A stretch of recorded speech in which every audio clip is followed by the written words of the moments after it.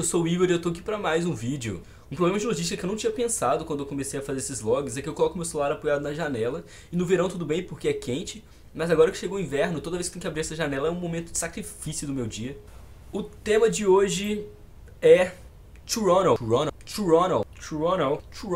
Toronto, essa cidade maravilhosa onde eu moro. A cidade onde leite é vendido em saquinho. Acho que a província de Ontário é a única província do Canadá em que leite vem no saco. A cidade onde tem uma Tim Hortons em cada esquina, se bem que eu acho que isso é o Canadá inteiro. A cidade onde brota condomínio a cada 100 metros, a cada 2 dias, a cada minuto. Enfim, Toronto tem até uma expressão pra isso, Condo Crazes. Além de Tim Hortons, leite em saquinho e condomínios, a cidade dos incêndios. Se você for estudar a história de Toronto, coisa que eu não fiz, mas ouvi falar, então vê que a maioria dos grandes monumentos e revoluções e momentos históricos importantes de Toronto envolvem colocar fogo em um monumento ou o monumento pegar fogo espontaneamente e matar todo mundo que estava dentro. Então seja por isso que tem tanto fire drill nas escolas e trabalhos aqui, né? Porque você tem que estar preparado, vai que alguém resolve botar fogo de novo nas coisas. E no vídeo de hoje eu vou falar muito além do que eu já falei de Toronto, porque basicamente todos os vídeos que eu fiz até agora eu tô falando sobre Toronto, né? Mas dessa vez é pra você que tá se mudando pra cá, vai fazer intercâmbio, viajar, etc. Conseguir se localizar na cidade sem melhor do que um canadense, porque a maioria das pessoas que moram aqui, por favor, eles não sabem chegar até a esquina da casa deles. Inclusive esse vídeo vai ser útil pra minha família, que tá vindo passar o Natal aqui em casa. Eu podia ir lá fora explicar isso pra vocês pessoalmente, mas tô fazendo um vídeo que aí eu explico uma vez só. Na verdade é porque eu vou jogar na internet, né, mas vamos nessa. Pra me ajudar, eu vou colocar um mapa aqui do lado, mais ou menos simplificado, pra explicar como funciona as direções básicas. Vai ter uma rosa dos ventos ali do lado pra me ajudar, porque eu não sou bom em norte, sul, leste e oeste. Primeiro, essa rua gigante que sai do início até o final é Yonge Street. A Yonge Street é a maior rua do mundo. Ela começa lá no Lake Ontario, no sul de Toronto, e ele vai até o outro lado do país. Por muito tempo ela foi a maior rua do mundo no livro dos recordes, e na verdade ela saiu por causa de uma disputa de nomenclatura aí, enfim. Lembre-se sempre que a Yonge corta a cidade no meio, então a Yonge vai de sul a norte de Toronto, saindo da cidade, e ela divide o oeste e o leste da cidade. Ou seja, de um lado de Toronto tudo é west e do outro lado tudo é east, certo?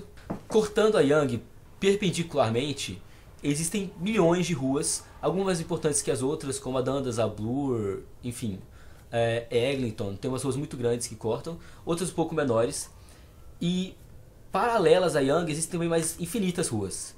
As ruas paralelas e as perpendiculares elas acabam formando quadrados no meio da cidade. Lembrando sempre que a Yonge é o meio de tudo e esses quadrados são formados pelas maiores ruas da cidade. Dentro dessas ruas grandes que formam os quadrados, existem pequenas ruas que não seguem regra nenhuma, elas são todas desgovernadas.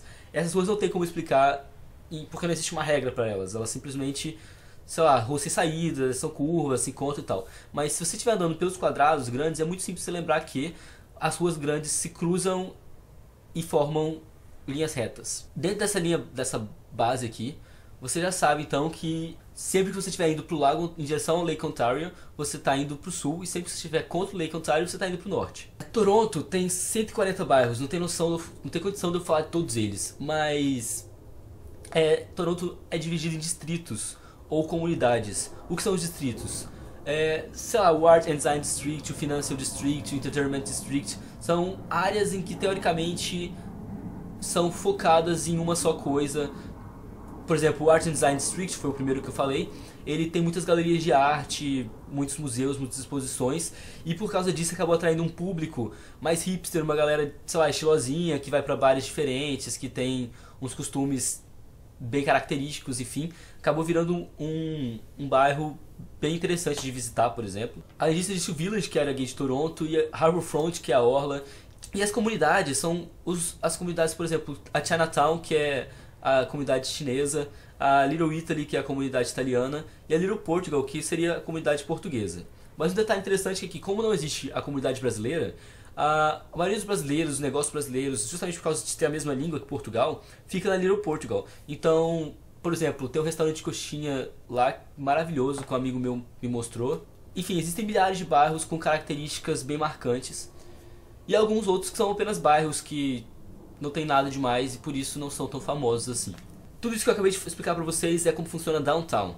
Em volta de Downtown ficam subúrbios. Por exemplo, Etobicoke, Scarborough, North York, que é onde eu moro, e do lado dos subúrbios, ou seja, mais longe ainda de downtown, ficam as cidades satélites, que não são Toronto, são cidades que ficam quase coladas, que é o caso, por exemplo, de Hamilton, Ontário. Se você lembrar desse pequeno mapa aqui, você se localiza muito fácil. Lembrando que tem um metrô que vai de norte a sul, que é a linha amarela, e um que vai de leste a oeste, que é a linha verde. E que os ônibus, eles têm ônibus que fazem rotas bem alternativas, mas existem ônibus que fazem uma linha reta nessas ruas. Então se você quer ir do fim da University até o início da University, você pega um ônibus que vai em linha reta. Ou então um streetcar que faz, sei lá, toda a Bay Street em linha reta. Fica bem mais fácil localizar lembrando desses detalhes. Então é isso, esse foi o vídeo de hoje. De uma forma ou de outra, todos os vídeos que eu já fiz eu falo de Toronto. Então se você tiver interesse em saber mais, não esquece de ver meus outros vídeos do canal. Mas só lembrando que esse canal é uma parte da página GoCan. É uma página do Facebook em que eu posto fotos, vídeos, textos, como se fosse um diário mesmo de intercâmbio. Vale a pena você dar uma passadinha lá, o link vai estar na descrição. E meus 2 últimos vídeos estão aqui do lado, se você não assistiu ainda, clica aqui pra assistir. É sempre um prazer falar com vocês, vai ter uma cena aleatória no final do vídeo, como sempre. Até daqui a 11 dias e abração!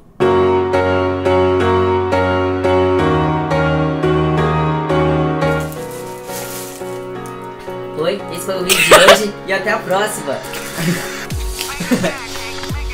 Pera. Oi, amigo do Brasil, adoro vocês, queria dar um oi. Esse aqui vai pra página do GoCan. Valeu, gente, um beijo. Esse balão custa $2. Custa $2 de Dollarama. E aí você pode só destruir ele pra usar HDL. Making pancakes.